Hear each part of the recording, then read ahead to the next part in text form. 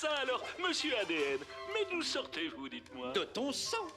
Une seule goutte de ton sang contient des milliards de brins d'ADN, les fondations de la vie.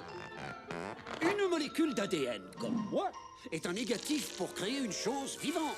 Et il arrive que des animaux qui ont disparu depuis des millions d'années, comme les dinosaures, laissent leur négatif pour qu'on les trouve. Il faut simplement savoir où chercher. Il y a 100 millions d'années, il y avait des moustiques comme aujourd'hui. Et comme aujourd'hui, ils se nourrissaient du sang des animaux, même des dinosaures. Parfois, après avoir piqué un dinosaure, le moustique allait se poser sur une branche d'arbre et restait collé dans la sève. Longtemps après, la résine durcie s'est fossilisée, comme un ossement de dinosaure, gardant en elle le moustique. Cette résine fossilisée, que nous appelons l'ambre, a attendu des millions d'années avec ce moustique en elle, jusqu'à ce que viennent les savants du Jurassic Park. Grâce à des techniques sophistiquées, ils extraient le sang du moustique conservé dans l'ambre et bingo, voilà ADN dino. Un brin d'ADN contient 3 milliards de codes génétiques.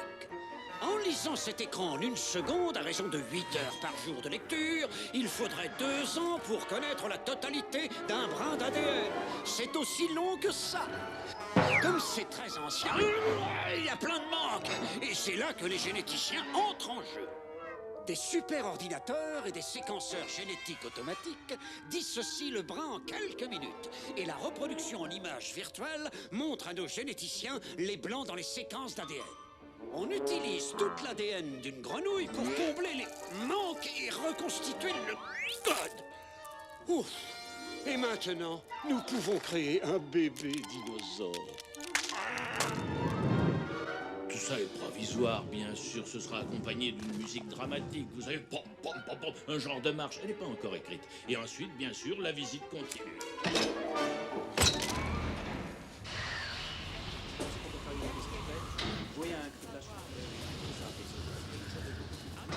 Regardez-moi ça. Tout ce petit monde qui s'affaire derrière la vitre. C'est absolument effarant, John.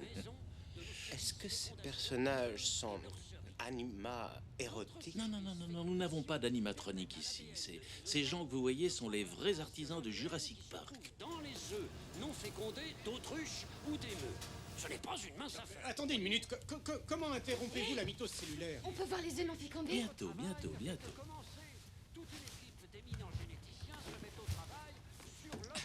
Vous pouvez pas arrêter ce truc-là? Désolé, c'est le programme de la visite. Allez, on se dégage. Oui, allez. Mais qu'est-ce que... Vous ne pouvez pas faire ça. Mais... Ah bon, on peut?